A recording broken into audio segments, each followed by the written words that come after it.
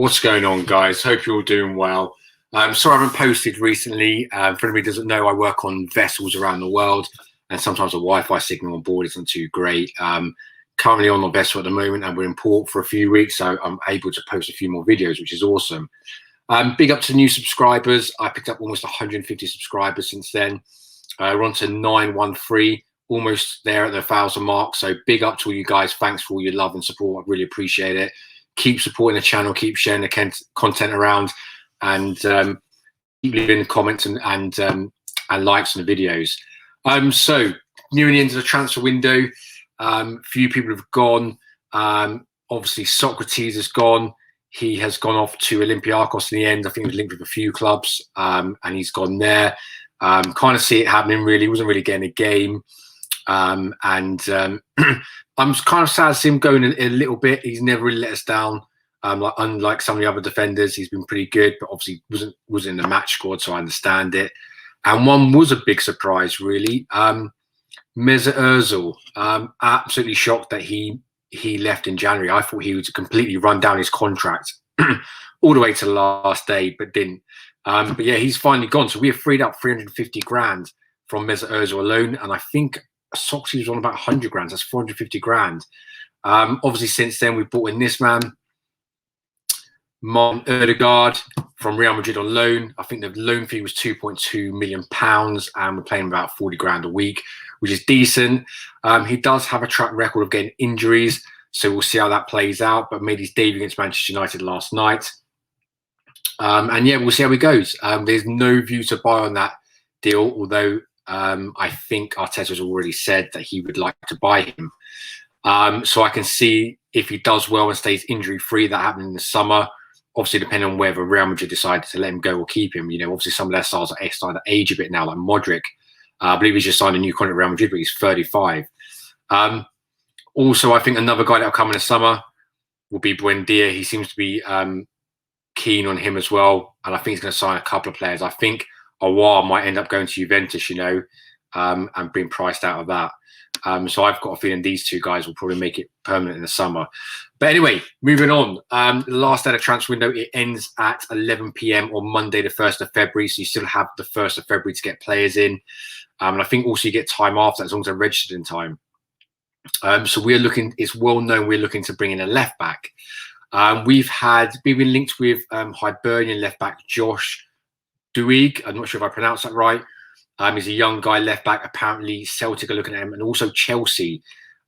He's a young guy. I'm not sure how old he is, but he apparently looks pretty good, and you're looking at him. But news today is we've turned our attentions to this man, Patrick van Aanholt of Crystal Palace.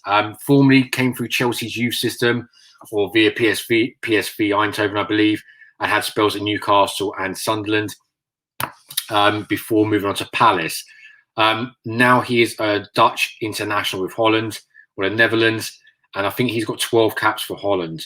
One thing about Arteta is he seems to like his fullbacks to go forward. You look at how Manchester City play under Pep Guardiola.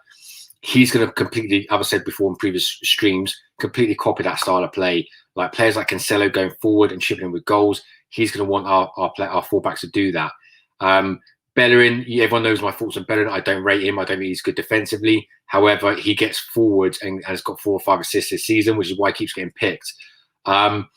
Whether he's going to be still here in the summer, I don't know. Hopefully not, because I don't think he's good defensively enough. But one thing is clear. He wants his fullbacks to go forward, which is why Ainsley Maitland-Niles isn't getting a game as such.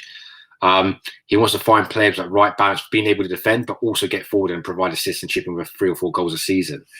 So I picked up some of his stats then, Van Aanholt. And this is what he's been up to at Palace. Just going to take that banner off. Give me a second so you can see the bottom of it. So if you look at there, he's played pretty regularly for Palace, and he's chipped in with quite a few goals. Look at that. None this season, but season before, 3, 3, 5, and 2, and also a couple of assists, which is pretty decent. And exactly what Arteta wants. Obviously, we need a backup for Tierney because he can't play every game, and also picks up a few injuries as well. His stats before that, I think this is the ones at Sunderland, I believe. Yeah, there you go, Sunderland. Again, look at that. has chipped in with 3 and 4 goals and a few assists. So he's Premier League proven. He's played regularly. Look, he's played a lot of games there for Sunderland and Palace, and he's always chipped in with goals and assists from the fullback position or left back position. What do you guys think? Leave it in the comments below. Would you take him? Would you not? He's 30 years old now. Personally, myself, I prefer someone younger like that Josh Duig of Hibernian, although I haven't seen him play. However, would he sit around for long if Tierney is the player that we all think he is? Who knows? But then you could argue, well, why do you need an aging player? I mean, personally, myself, I'd rather play Ainsley Maitland-Niles there and give him game time. I know left back's not his preferred position, but I prefer him to get game time over buying in another player who we're going to have to get rid of in a year or two's time, just like Socrates and David Luiz. Again, guys, let me know what you think. Would you keep with Ainsley Maitland-Niles? Would you go for someone else? Would you go for Josh Duig? Who would you go for? Let me know. But let me know if you think of Van Aanholt, you know, exactly what we're looking for. As I said before, one thing is definitely what Arteta wants. He wants those fullbacks to go forward and score, chipping with goals and assists. Moving on then, we're going to move on to Ainsley Maitland-Niles himself. Again, I feel sorry for this guy. Was on his way to Wolves at the start of the season for £17 million. He then got called up for England and made it into the full England squad and got a couple of caps. We stopped that deal. Since then, he hasn't really played. He's been moved. I know he's very versatile. He's been moved back to right back, centre midfield, left back, and he's sort of had a few appearances here and there. But Ainsley Maitland-Niles wants more game time. And to be fair, I don't fucking blame him. He's a good player. Why he doesn't get the right back spot is beyond me. I think he's a really good right back. He had about 10 games there last season, was absolutely fantastic. But again, doesn't go forward, I think, in a way that Arteta wants. So he doesn't feel his style of play, which is why he's looking to move him on. Will that deal get done? We'll wait and be seen. However, Leicester are now the team that are looking at him. There was a top 4 team, unnamed top 4 team by Fabrizio Romano linked with him yesterday. It's now emerged that that's Leicester City. And Brendan Rodgers wants him to join Leicester for loan to the end of the season with a permanent move attached to it at the end of that. What that fee is, I'm not sure, but that's what he's looking at. And they're just waiting to find out, have they got enough cover? Are they bringing someone else in ourselves? Do we really want to sell him? And what that fee would be. But they've got till tomorrow evening to sort that out. The other teams who were linked with were Southampton. I think that could be a good fit for him as well. I think he'd get plenty of game time there. And they seem to take sort of young English players and develop on, like Walker Peters from Spurs and Ryan Bertrand, the left back, what Arsenal looking at the other day from Chelsea. Also Romeo from Chelsea they've taken, and a few others, no doubt. Who's the other team? West Bromwich Albion was the other team that we're looking at signing him. However, I think he's a bit better than that, to be fair. And I think Southampton and Leicester would be a better move for him. Again, guys, let me know what you think. Would you move Ainsley on? Do you think he's good enough? Personally, I think at right back, he'd be brilliant. I don't think he's good enough to play centre midfield. But again, let me know what you guys think. Would you let him go?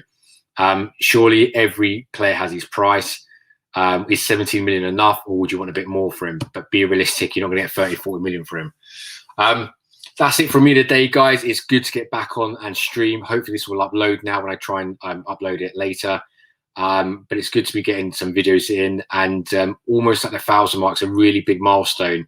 So I'm pushing on forward to that. So share the content around, guys. Like, comment, subscribe, put the notifications bell on so you know when my videos will be coming up. So like this.